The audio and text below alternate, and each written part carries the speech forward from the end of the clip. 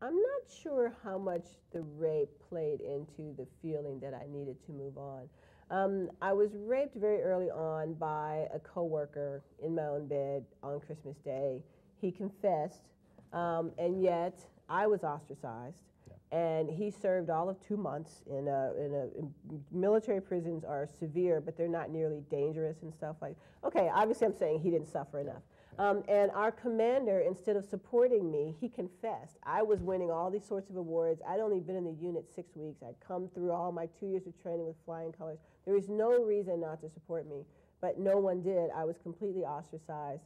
And he spent 2 months in detention and finished out a military career. He was allowed to wear the uniform and retire, whereas my commander tried to ruin my career. He tried to have me assessed as an alcoholic because I had been drinking on Christmas Day along with his entire unit. And let me tell you something, the military is always drinking. If they're not working, we were always drinking. And by the way, this is not so much different than the automobile stuff, right? No. Because the people in power are coming down on you when you're the victim. I'm the victim, yeah. With a stellar record behind me. I mean, if you can't support me, who can you support?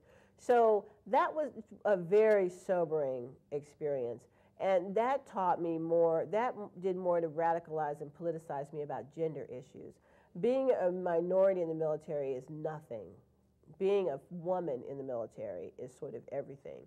And that, not just the rape, the military wasn't responsible for me being raped, but it was certainly responsible for its response to it, and I really believe it's doing better 12 years, much more than 12, 17 years later.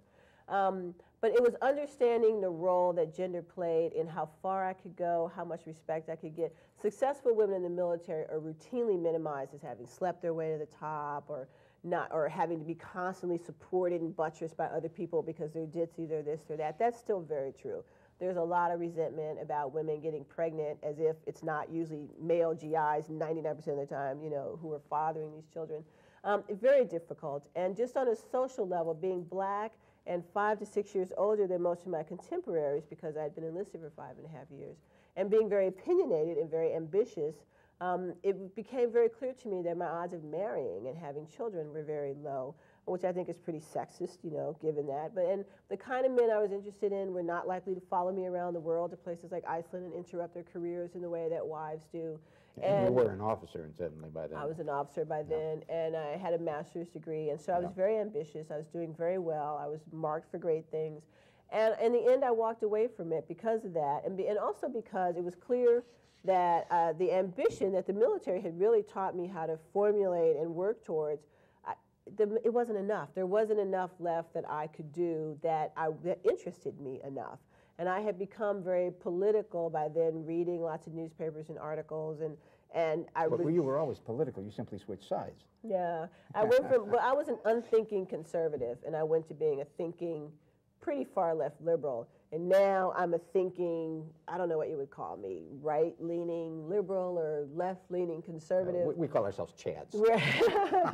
And I'm a pregnant one. This excerpt is brought to you by the Massachusetts School of Law, the leader of reform in legal education and a leader in multimedia education for the public.